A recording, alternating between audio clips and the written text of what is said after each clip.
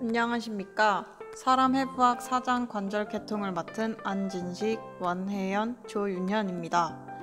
저희는 관절에 대하여부터 상체 관절, 사례의 순으로 말씀드리겠습니다. 우리의 몸은 여러 운동을 하기도 하고 악기를 연주하거나 또는 요리를 하는 등의 다양한 활동들을 하고 있습니다. 이러한 움직임에 있어서는 우리 몸의 뼈대를 주축으로 관절의 역할이 중요합니다. 인체의 모든 뼈들은 서로 연결되어 뼈대를 형성하는데 이와 같은 뼈대 계통을 이어주고 뼈의 성장을 가능하게 하며 뼈대 근육의 운동을 가능하게 하는 것이 바로 관절입니다. 그럼 우리 몸에 어떤 관절들이 있는지 알아볼까요? 우선 사전적 정의의 관절이란 뼈와 뼈가 기능적으로 서로 만나는 곳을 뜻합니다. 두 뼈 사이에 위치하는 관절은 세 가지로 나뉘게 되는데요. 조직에 따라 섬유관절, 연골관절, 윤활관절로 나뉘게 됩니다. 먼저 섬유관절은 수많은 악교섬유 다발로 이루어진 친밀 결합 조직에 의해 뼈들이 단단히 결합되는 관절로 세 가지의 유형이 있습니다.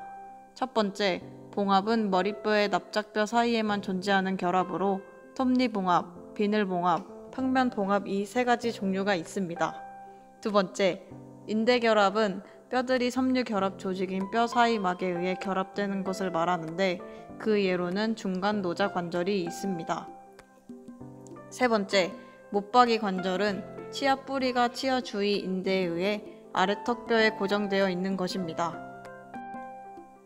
다음은 연골관절입니다. 연골관절은 뼈와 뼈가 연골 조직에 의해 연결되는 관절로 연결 재료에 따라 유리연골 결합과 섬유연골 결합이 있습니다. 유리연골 결합은 유리연골에 의해 뼈들이 결합되는데 관절의 대부분은 일시적인 구조로 성장하는 동안 사라집니다. 그 예로 뼈끝과 뼈 몸통을 연결시키는 뼈끝판을 들 수 있는데요. 성장을 하고 있는 긴 뼈의 뼈끝판은 연골이지만 뼈대기가 완성되는 시기에는 연골이 뼈로 변합니다.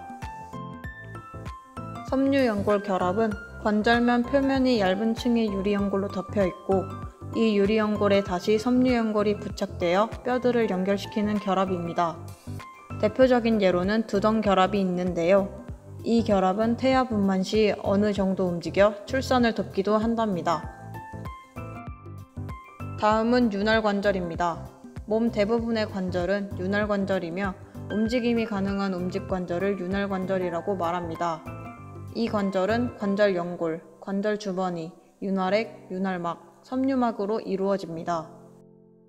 그러면 윤활관절의 유형에 대하여 알아보겠습니다.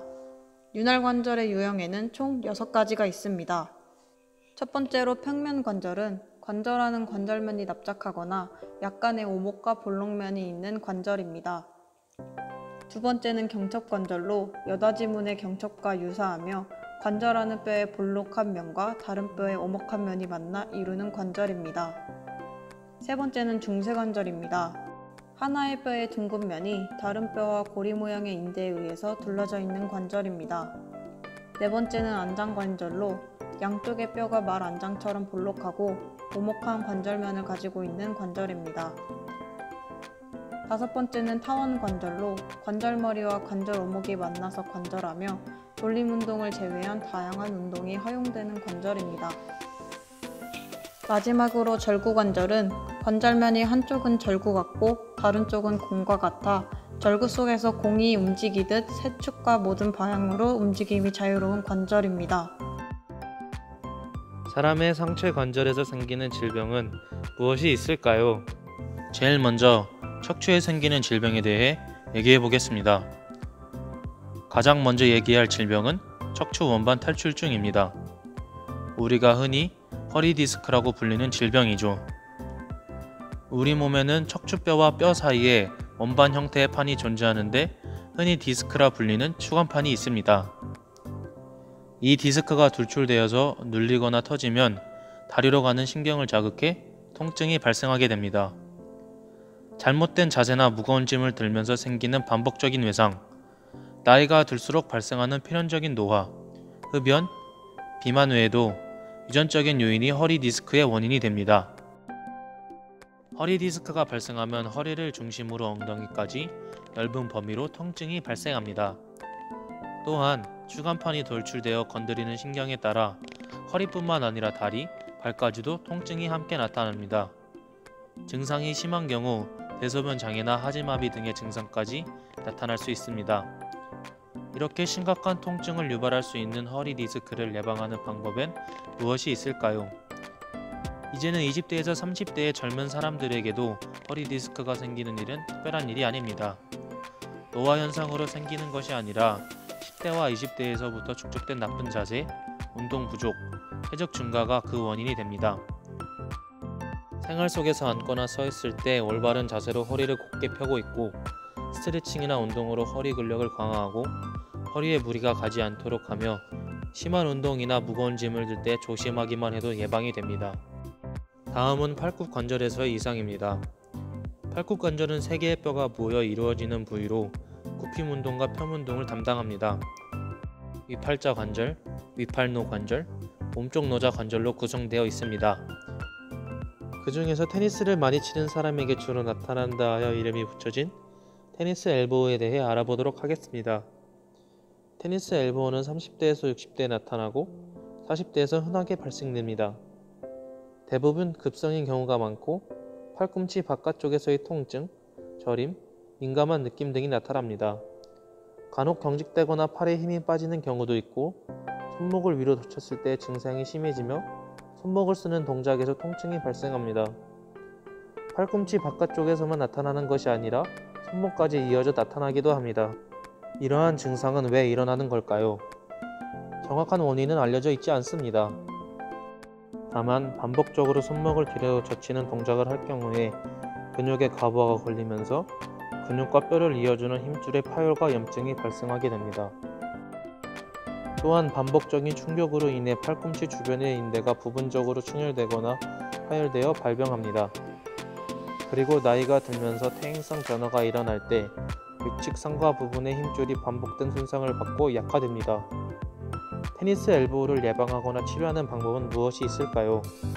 테니스 엘보우는 근육 과사용으로 인해 생기는 피로성 염증 증상이므로 통증이 발생하는 자세를 하지 않고 휴식을 취하며 근육 강화와 스트레칭을 하는 것만으로도 예방과 치료가 가능합니다. 또한 팔꿈치에 스트레스가 가는 자세를 지속하면 재발은 계속 일어나기 때문에 자세를 교정하는 것도 중요합니다. 골반, 다리, 척추, 팔 등등을 형성하는 관절들은 나이가 들어감에 따라 퇴행성으로 변화됩니다. 이것은 관절을 강직되게 하며 염증, 통증을 초래하게 되고 어렸을 때부터 관절 건강을 신경 써야 합니다. 그래서 골반, 다리, 관절들에 관한 교정을 설명하겠습니다. 먼저 골반에 대한 교정을 알아보겠습니다. 그중 대표적인 병은 골반 불균형입니다. 골반 불균형이란 후천적으로 일상생활에서 잘못된 습관, 버릇 등으로 불균형이 오게 됩니다. 이로 인해 몸 전체의 균형이 깨져서 만성 통증이 올 수 있으며 골반이 틀어지는 현상을 말합니다. 원인으로는 다리를 한쪽으로만 꼬아앉는 경우, 자식 생활을 많이 하는 경우, 임신 중 한쪽으로만 안고 있는 경우 등 많은 원인들이 있습니다. 위 병을 검사하는 방법은 사진에 보이는 것처럼 3D 자세 측정 검사를 통해 검사할 수 있습니다. 오른쪽 골반이 2도 정도 올려져 있고 다리, 가슴, 머리 등이 불균형되어 있다는 것을 알 수 있습니다. 골반이 틀어지면 다리 기하 또한 달라질 수 있습니다. 위 검사는 다리 길이를 검사하는 과정입니다. 왼쪽 발과 오른쪽 발의 다리 길이가 다르다는 것을 볼 수 있습니다. 이 병을 교정하려면 기구를 통한 교정, 재활을 통한 교정 등이 있습니다. 기구를 통해서는 골반 교정기, 공기 펌프, 슬림, 전동 테이블 등을 통한 방법이 있습니다. 위 사진은 골반 교정과 골반 축소 전동 운동기로서 펌프를 이용해서 틀어진 골반을 바로 맞춰주며 서는 골반 축소에도 효과가 좋은 기구입니다. 재활을 통한 교정에는 코어 운동이 있습니다. 코어 운동은 약해진 중심 부위 근육들을 강화하여 허리 통증을 방지하고 올바른 자세로 사용할 수 있도록 하는 것을 말합니다. 대표적으로 전동 테이블 위에서 플랭크, 사이드 플랭크, 매트 위에서 런지 등을 말할 수 있습니다. 골반 교정을 받은 후 골반이 영도로 균형 있는 것을 볼 수 있으며 그 외에 다리, 가슴, 머리 부분들도 균형 있는 몸이 되었다는 것을 알 수 있습니다. 또한 다리 기호도 맞는다는 것을 볼 수 있습니다. 두 번째 다리에 대한 규정인 휜다리에 대해서 말해보겠습니다. 휜다리란 양쪽 발과 무릎을 붙이고 서 있었을 때 서로 붙지 않고 휘게 되는 경우를 말합니다. O다리는 발 사이는 붙지만 무릎 사이가 벌어지는 것이고 X다리는 무릎은 붙지만 발 사이가 떨어져 있는 것을 말합니다. 사진처럼 고관절은 안쪽 돌림되어 있고 모음되어 있어 모음근과 넙다리 근막 긴장근은 짧아져 있었고 그에 반해 엉덩이 근육은 약화되어 있었습니다. 또한 종아리뼈는 바깥 돌림되어 있었고 발이 엎질되면서 평평발처럼 보였습니다. 휜다리의 원인은 양반다리 하며 자식 생활을 많이 하는 경우, 유전적 이유 다리를 꼬는 경우 등이 있습니다. 증상은 엉덩이가 아래로 처지고 종아리가 두꺼워집니다. 엉덩이, 무릎, 발목, 허리 등의 통증이 온다고 합니다. 제 경험으로는 어느 날 갑자기 걷다 보면 종아리가 퉁퉁 붓고 무릎 아래와 안쪽에 통증이 있다는 것을 느낄 수 있었습니다. 이 사진은 X다리가 교정되기 전으로 무릎과 무릎 사이가 매우 넓다는 것을 알 수 있습니다. 휜다리를 교정하는 방법에는 또한 기구운동과 자세운동, 교정운동을 하는 방법이 있습니다. 휜다리의 기구운동에는 스타일렉스, 짐본 등을 이용한 운동법이 있습니다. 위 운동은 휜다리를 교정시켜주는 전문 장비로서 안쪽 번짐, 가쪽 번짐 등의 운동을 통하여 하체를 운동하는 기구입니다. 자세 운동으로는 엉덩이의 변이를 만들어 근육을 운동시키는 것이 있습니다. 무릎에서는 햄스트링 근육 중에 바깥 부분인 넙다리두 갈래근을 풀어주고 넙다리 네갈래근을 강화시켜줍니다. 이때 안쪽 넓은 근과 바쪽 넓은 근의 균형을 신경 쓰면서 천천히 운동시켜줍니다.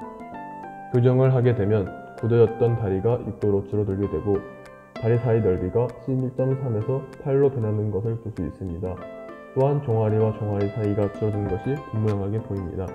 관절은 평생을 지탱하기에 젊었을 때 교정을 받던 자세를 똑바로 해서 학생시대 인생에 불편함이 없었으면 좋겠습니다.